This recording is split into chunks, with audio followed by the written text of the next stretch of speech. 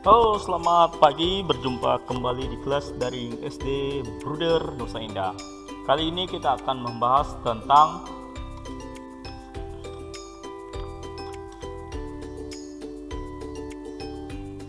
sudut yang terjadi jika dua garis sejajar dipotong oleh sebuah garis.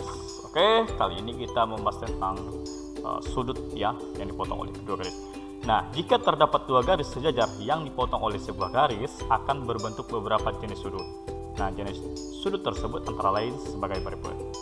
Oke, untuk yang kalian ingat, nah simbol dari sudut itu adalah seperti ini ya. Ini dibaca dengan sudut. Nah, misalnya di sini ada dua garis sejajar, kemudian dipotong ya, potong. Nah, di sini Bapak kasih nilai 1, 2, 3, 4 dan di bawahnya lagi. Nah, di sini kita akan menjelaskan tentang sudut sehadap ya. Sudut sehadap ini artinya sudut dengan nilainya sama ya, memiliki nilai yang sama dan berhadapan. Nah, di sini kita lihat, di sini ada 1, 2, 3, 4, kemudian ada 5, 6, 7 dan 8. Nah, kita tentukan sudut yang sehadap ya. Nah, ingat ini dibaca sudut ya. Sudut 1, nah ini sehadap dengan sudut, iya, sudut 5 karena dia sama arahnya ya, di atas sama di atas. Kemudian kita cari lagi yang sehadap, ya ternyata ada di, ya, sudut 2. Nah, di sini harusnya ada tanda sudut ya. Sudut 2 ini sehadap dengan sudut 6 yang ada di bawahnya. Kemudian lagi yang berikutnya ada sudut 4. Nah, sudut 4 ini ya di sini ya, dia sehadap atau memiliki besar yang sama dengan sudut 8 ya. Di sini seharusnya ada sudut, tanda sudutnya ya. Kemudian yang berikutnya adalah sudut 3. Nah, sudut 3 ini senilai atau sehadap dengan sudut 7. Nah, itulah salah satu cara untuk menentukan sudut sehadap yang memiliki besar yang sama. Kemudian di sini kita tentukan sudut-sudut yang bertolak belakang ya. Nah, sudut-sudut yang bertolak belakang ini sama memiliki nilai yang sama ya. Misalnya seperti ini. Nah, ini dibaca sudut nah ya. Nah, di sini adalah sudut 1. Kita cari sudut yang bertolak belakang dengan sudut 1 ya. Kita lihat di gambarnya, ternyata adalah sudut 3. Nah, di sini ya. Kemudian yang berikutnya lagi ada sudut 2 ya. Sudut 2 bertolak belakang dengan sudut 4. Kemudian kita cari lagi di sini sudut 5. Sudut 5 ya, pastinya sudut 5 bertolak belakang dengan sudut 7. Kemudian ada lagi yang berikutnya adalah sudut, ya, sudut 6 bertolak dengan sudut 8. Ingat, sudut-sudut bertolak belakang memiliki besar yang sama nah ya nilainya. Misalnya di sini kalau Bapak kasih 35 derajat, berarti di sini pun juga 35 derajat. Nah, misalnya lagi contoh yang berikutnya.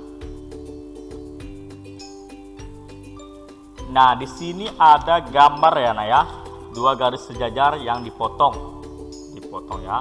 Kemudian ada tanda A, B, di sini ada 35 derajat. Kemudian D, yang berikutnya ada E, F, G, dan H. Pertanyaan adalah tentukan besar sudut berikut berdasarkan gambar. Ingat, besar sudut lurus sama dengan 180 derajat. Ini nilainya garis lurus seperti ini 180 derajat. Pertanyaannya adalah, nah, sudut A. Nah, sudut A ini berapa, nak? Ingat, tadi ini kan sudut A ini kita tentukan sudut A ini dia sehadap atau nilainya yang sama, artinya memiliki besar yang sama dengan, ya, ternyata sudut A ini dia sama nilainya dengan yang 35 derajat. Maka sudut A ini adalah 35 derajat. Kemudian yang berikutnya itu adalah sudut G. Kita perhatikan sudut G.